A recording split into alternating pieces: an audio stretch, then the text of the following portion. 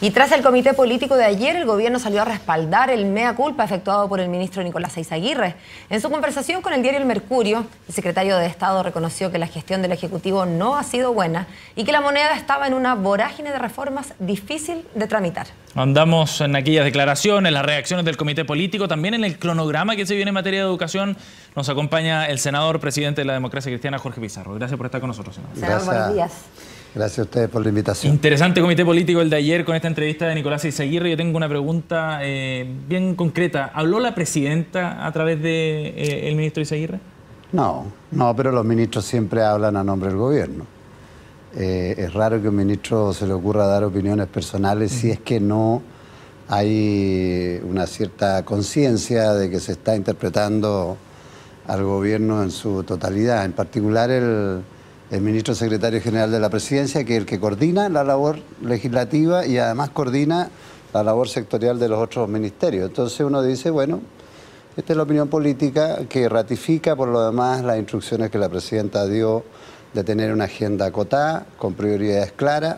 El tiempo que tenemos es poco, los problemas son muchos, la situación no es fácil desde el punto de vista político, económico y social. Ha habido mea culpa y por también. lo tanto creo que la autocrítica siempre es bienvenida. Lo que yo creo que llamó mucho la atención a la gente, y tal vez a ustedes como periodistas, es que la haga el propio Nicolás Eyzaguirre y la haga como tomando distancias, como que hubieran estado haciendo ustedes un análisis acá de decir, mira, el gobierno podría haber hecho mejor estas cosas. Exactamente, llama la y atención él es un que lo actor haga, principal. que haga un mea culpa diciendo lo mal que lo hace el Ejecutivo cuando es un gerundio, lo mal que lo estamos haciendo, porque él sigue siendo parte del gobierno que va a la mitad. Ahora, senador, si es que efectivamente los ministros hablan desde el gobierno, digamos, y no hablan de motu propio, ¿cuál es la diferencia entre lo que dijo Eyzaguirre y la siguiente frase?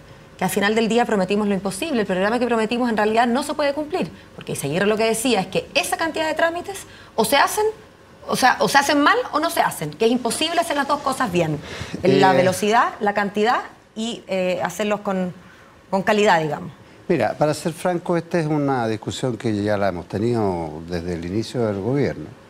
Desde que se estaba planteando el programa con una cantidad de expectativa enorme de parte de la gente, hablemos de 2 años y medio atrás, con un gobierno que estaba terminando como el de Piñera, que había generado muchísimas expectativas que no las había podido cumplir. Entonces se dijo, bueno, ahora vienen cambios importantes, lo va a hacer la presidenta Bachelet, tiene la experiencia, ahí está la voluntad política para hacerla y se planteó entonces avanzar todo lo que se pudiera en igualdad. Y también estaban las promesas de programa, no es solamente la expectativa de la gente. No, por eso te digo que eso se traduce en una propuesta programática donde se plantean cambios estructurales en varias áreas que tenían su cierta lógica, porque se hace una reforma tributaria, ¿para qué? Para generar recursos para financiar una agenda social, donde la reforma más importante era la reforma educacional.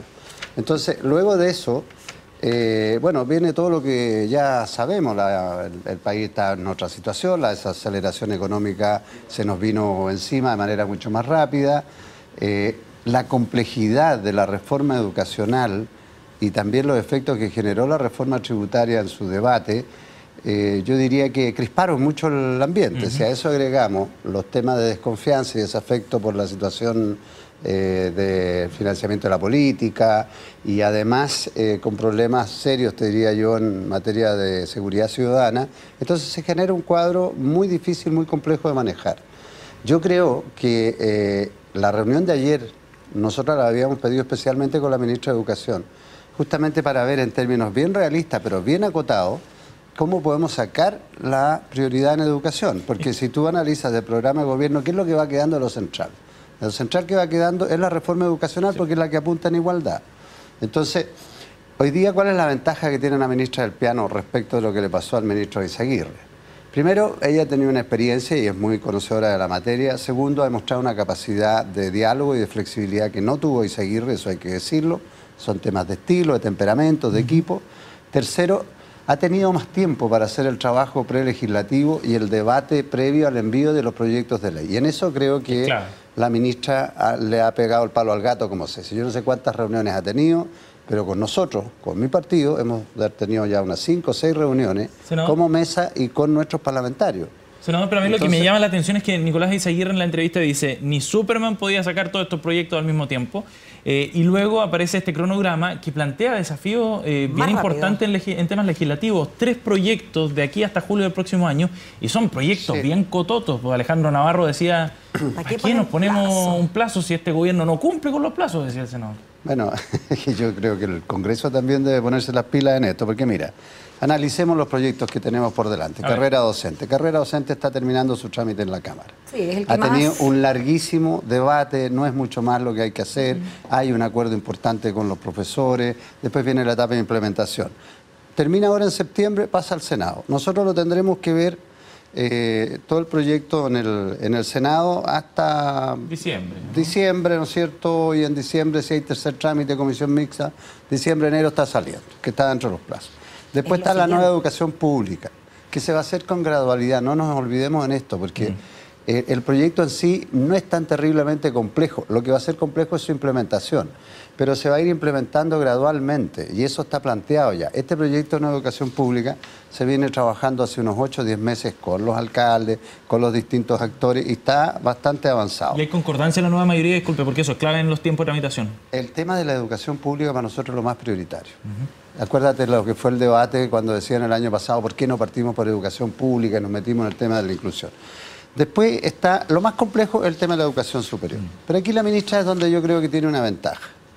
Tiene una ventaja grande porque ha sido capaz de entablar diálogo con actores preponderantes, el movimiento estudiantil, el mundo académico, el mundo de los rectores, los parlamentarios, los partidos que hemos estado opinando en esta materia. A mí me parece muy buena la decisión que tomó de armar este consejo consultivo de expertos. Hay gente que sabe mucho ahí, que le van a hacer sugerencias respecto de los tiempos, de los contenidos y la forma como tratar el proyecto.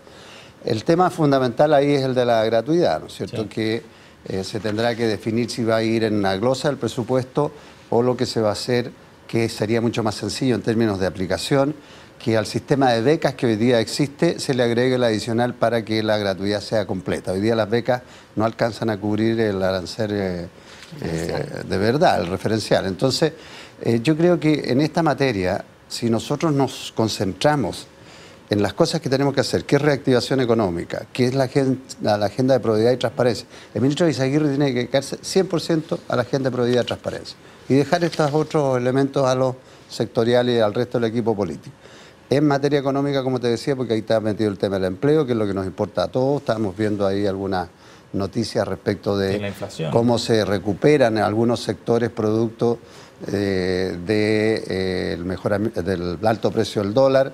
Hay otros sectores que se van a ver más complicados, el tema de la inflación, pero fundamentalmente lo que a nosotros nos preocupa es el empleo, y ahí de lo que queda en esta área es la reforma laboral. La reforma laboral, que es una agenda laboral más que una tremenda reforma, lo que busca es equilibrar las relaciones entre empleador y trabajador y hacerla sustentable. Hay bastante acuerdo ya en esa materia, hemos avanzado harto y eso va a salir, por lo tanto ahí también va a haber una certeza y una seguridad. Y el resto son los temas sociales, que es seguridad ciudadana y es salud. ¿Qué es lo que se va dejando de lado entonces para priorizar y salir de esta vorágine de reforma y concentrarse solo en educación? ¿Qué es lo que se dejaría de lado, postergado, como usted quiera llamar? Bueno, no te olvides que también está planteada la posibilidad de encarar ahora el tema de una reforma más profunda al sistema de AFP, de pensiones. Previsional, sí. El tema constitucional, se va a iniciar un debate, un diálogo, pero en la práctica una nueva constitución no la vamos a tener hasta el próximo gobierno. Entonces, que son elementos, planteo estos dos porque son elementos donde se generaba mucho, como dicen, mucho ruido, sí. Mucha inquietud, y yo creo que debemos abocarnos a mejorar la gestión, si ese es todo el kit del asunto. El gobierno ya terminó de hacer sus cambios a nivel regional. ¿Te acuerdas que en un momento pues, se pensó hacer los cambios todos de una? Se fue haciendo gradualmente. Eso nos puede permitir tener una mejor gestión en lo sectorial.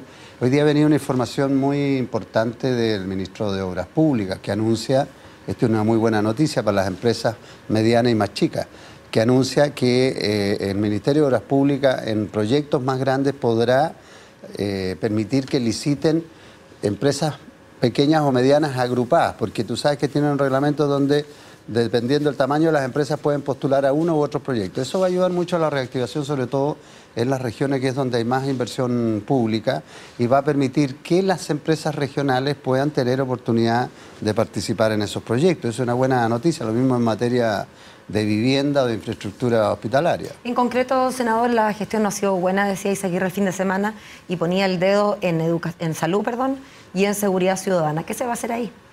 Lo que yo estaba planteando recién, en materia de seguridad ciudadana, el ministro del Interior ya está priorizando lo que él llama la agenda corta, que son estas modificaciones que permiten un mejor control por parte de las policías de la identidad de quienes pueden estar o cometiendo delitos en calidad, diría yo, de personas que han sido reincidentes o que están con órdenes de aprehensión. Las cifras son tremendas, de gente que anda en las calles que tiene órdenes de aprehensión pendientes y que no se les puede controlar.